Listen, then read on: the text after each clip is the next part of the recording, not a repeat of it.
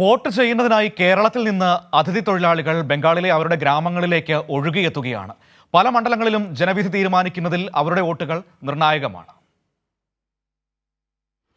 മുർഷിദാബാദിലെ ജാലങ്കി എന്ന ഈ ഗ്രാമത്തിന് കേരളവുമായി ഏറെ ആത്മബന്ധമുണ്ട്.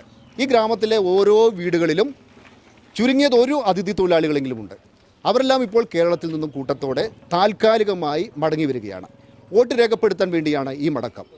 എല്ലാ അതിഥി തൊഴിലാളികൾക്കും കൃത്യമായ രാഷ്ട്രീയമുണ്ട്.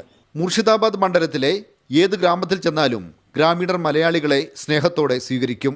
അവർക്ക് കേരളമെന്നാൽ മരുപ്പച്ചയാണ്. അവിടെ ഒഴുകുന്ന വിയർപ്പാണ് ഈ ഗ്രാമങ്ങളുടെ തുടിപ്പ്. വോട്ട് ചെയ്യാനായി ഗ്രാമങ്ങളിൽ തിരിച്ചെത്തുന്നവർക്കെല്ലാം വ്യക്തമായ രാഷ്ട്രീയമുണ്ട്. അതിഥി തൊഴിലാളികളിലെ മിക്കവരുടെയും പിന്തുണ CPIM സ്ഥാനാർത്ഥികൾക്കാണ്.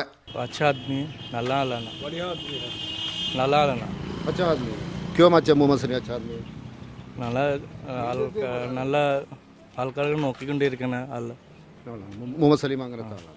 എങ്ങനെ കമ്മ്യൂണിസ്റ്റ് പാർട്ടി എങ്ങനെയാണ് ഇവിടെ? ഇവിടെയൊക്കെ നല്ലതാണ്. കമ്മ്യൂണിസ്റ്റ് പാർട്ടി നല്ല ആൾക്കാരാണ്. মোহাম্মদ সেলিম ക്യോ অনেক কাজ করবে আর কি.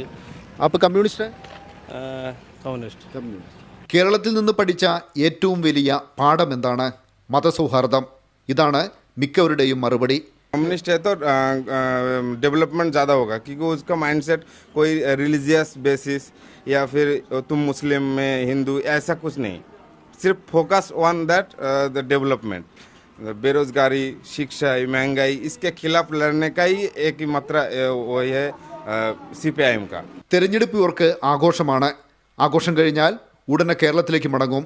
ജാലങ്കയിൽ നിന്ന് ക്യാമറാമാൻ വിനീഷ് നേതാജിക്കൊപ്പം K. രാജേന്ദ്രൻ.